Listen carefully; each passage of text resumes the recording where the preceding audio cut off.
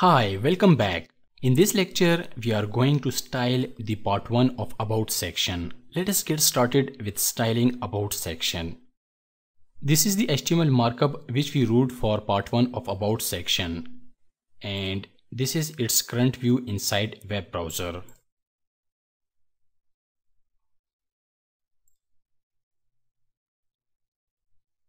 In this lecture, we are going to start applying style to About section.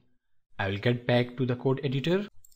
I'm going to style.css file and let us add comment for part 1 of About section inside style.css file. I'm going to add comment for part 1 of About section.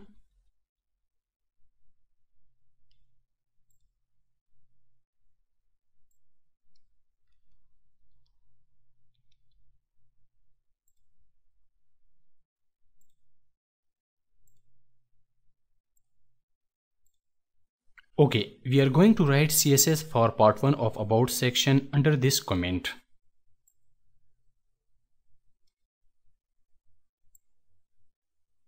The very first thing I want to do is to create some white space for this About section. I'm going to index.html file.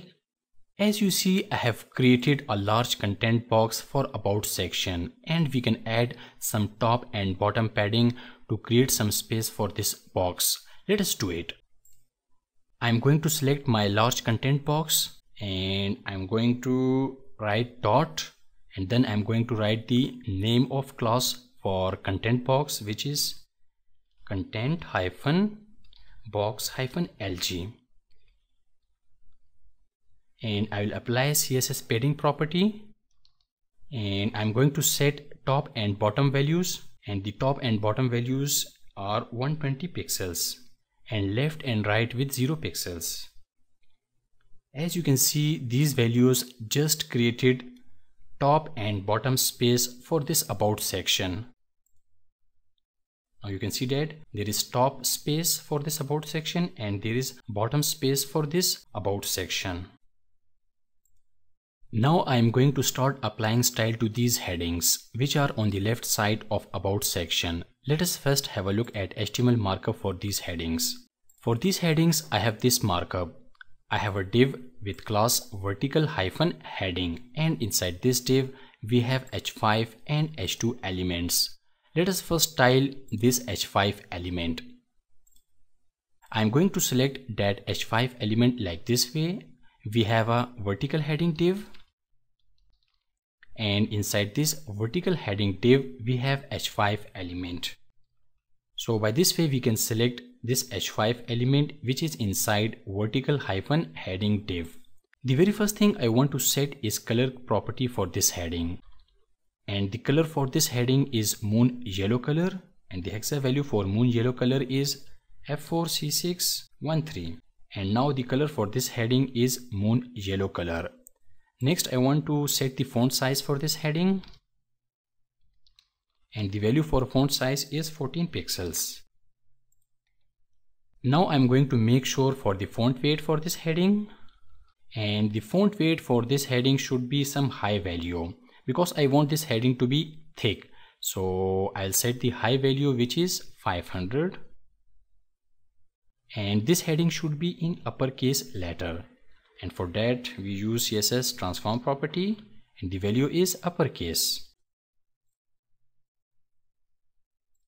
If you notice, the words for this heading is too close.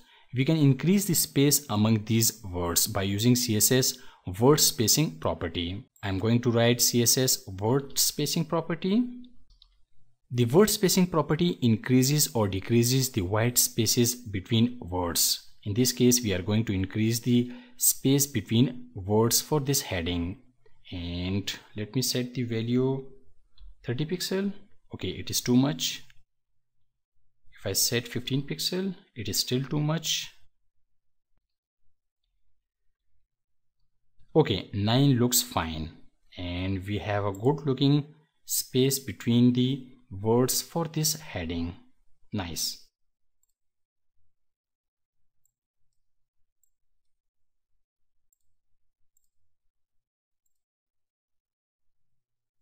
Okay, Next, I want this heading to take proper width and height. Right now, if you notice, it is taking too much width. You can see this blue highlight rectangular.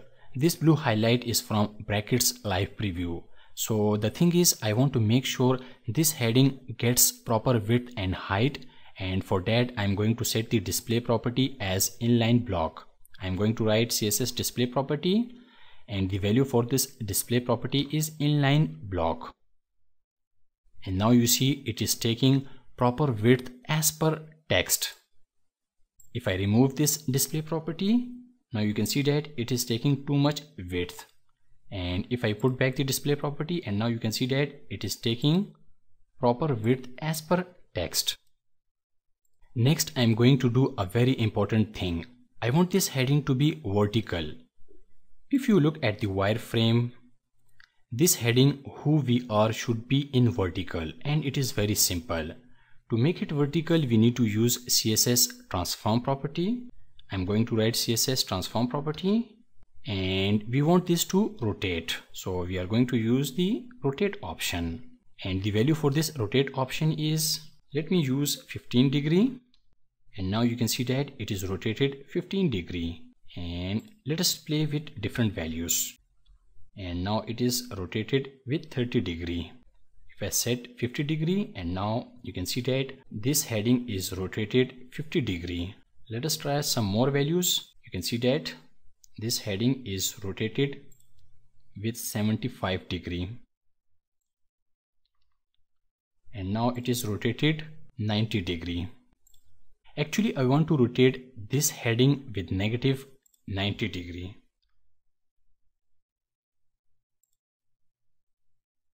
So by this way, the user can easily read it.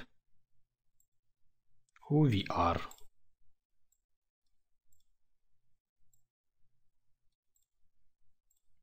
As you know, the CSS transform property allows you to translate, rotate, scale and skew element. And it is an effect that lets an element change shape, size and position. And we have already used a CSS transform property for home section.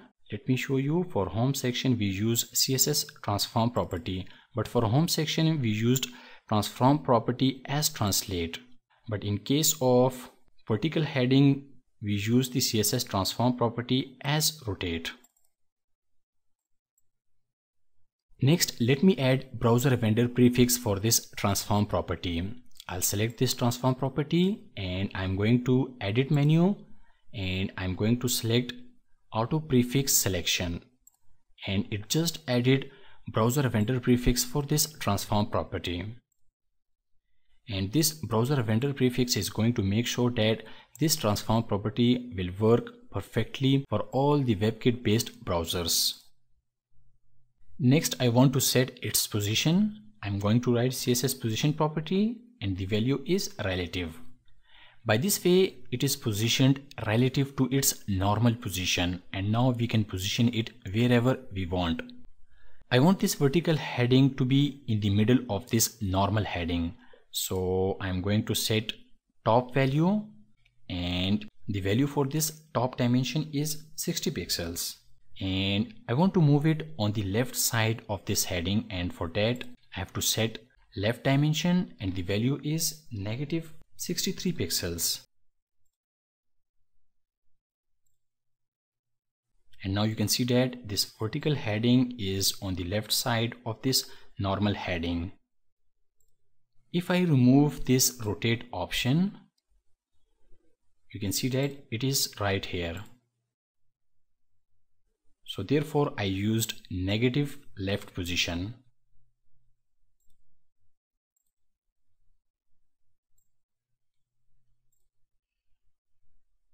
So without position it is right here, and without rotate option it is right here.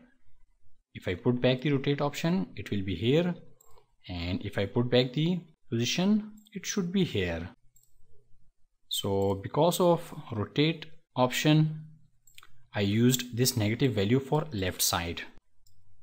It is still close to normal heading, but we will figure out in a minute. Okay, I will move forward. Now I am going to style this normal heading which says a story about us. I'm going to index.html file. So this is basically h2 element. Let us apply style to this h2 element. I'm going to select vertical heading div like this way, and inside this vertical heading div we have h2 element. And now you can see that this h2 element is highlighted in live preview. The very first thing I want to do is to create left side space for this normal heading, so we can have some good gap between vertical heading and normal heading. To create left side space, I'm going to use CSS margin property, and what I'm going to do, I'm going to remove top, right and bottom margins like this way. I'm going to set top with 0 value, right with 0 value and bottom with 0 value.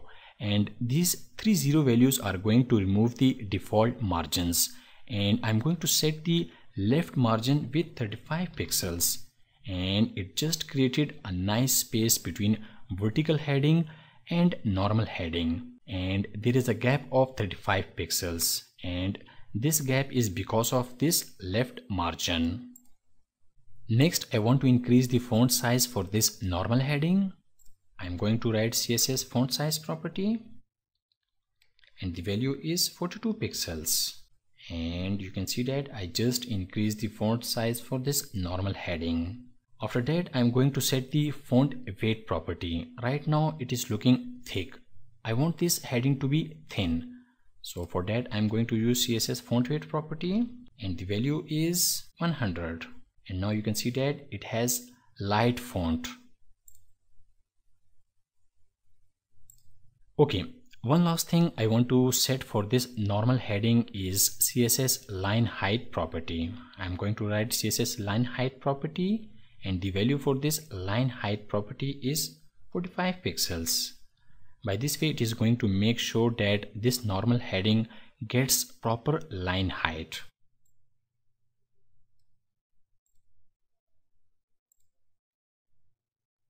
Perfect. If you notice, the color for this heading is gray color, and this is because we set some generic CSS for all the headings. Let me show you this one. Sorry, not for heading, I think for body element. As you can see that we have set a gray color for body element, and it is being applied for all the elements which are inside body tag. So therefore these headings are getting gray color, I mean this normal heading.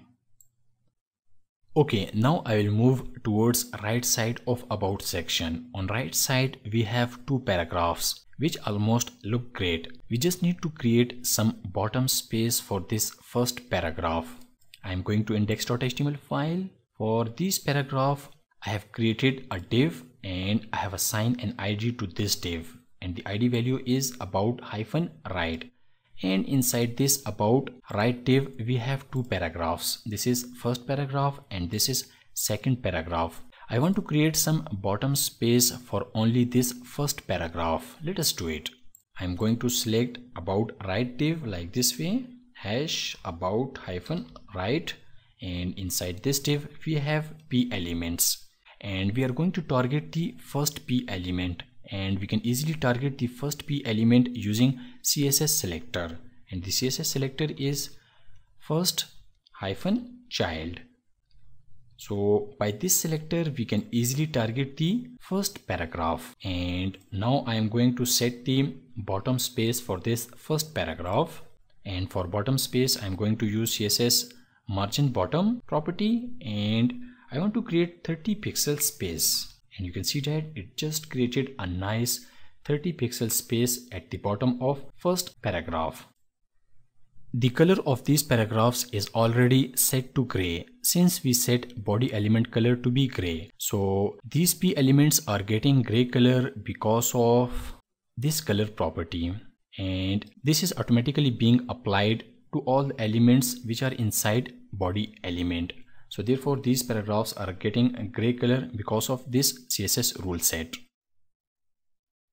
Okay, now let us give style to this bottom image. I'm going to index.html file, and this is the HTML markup for this bottom image. We have a div, and the ID value for this div is about-bottom, and inside this div we have an image tag. This image almost looks good. And if I resize my browser window, you can see that it is a responsive image and it is getting small size for small screen sizes. And it is because of this bootstrap class, which is img-responsive. And now you can see that it is getting small for small screen sizes.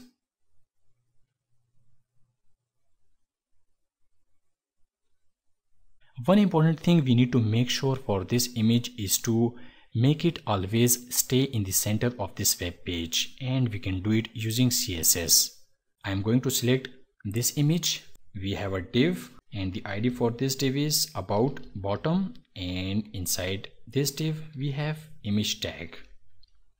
And to make sure this image will always stay horizontal center, we use CSS auto margin. I'm going to write CSS margin property, and I'm going to set top and bottom with 0 values and left and right with auto. This is one of best CSS technique which makes sure that the element always stay in the center of web page. Perfect. Things are getting shape.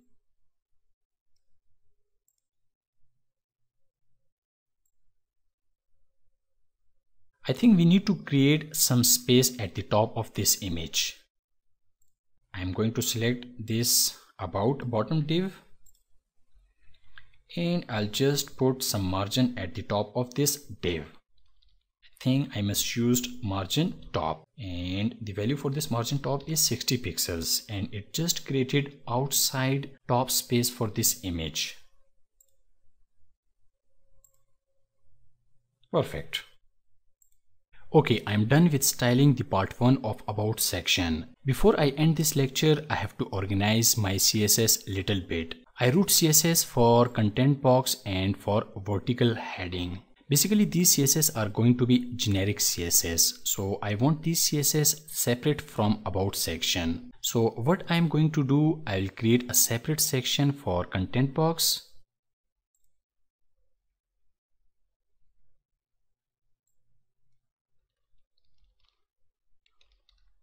Later on, we will add some more content boxes like medium and small, and I will move this content box CSS under this content boxes comment, and I'm going to do the same for vertical headings. I have to create a separate section for vertical heading.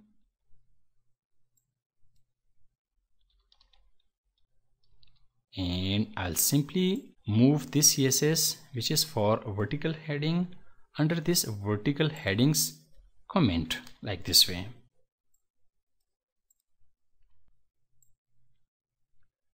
So by this way we can keep our CSS well organized. Later on we will add horizontal heading, so the CSS for vertical and horizontal headings will go under this comment. Okay. In this lecture, we finished working for part 1 of about section.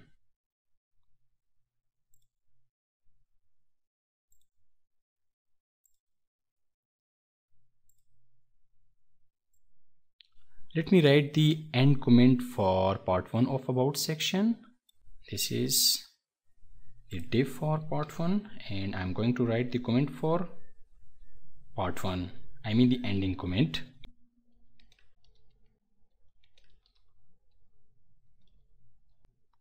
And I will close this about part 1 div, and I will go ahead, I'll save my project files.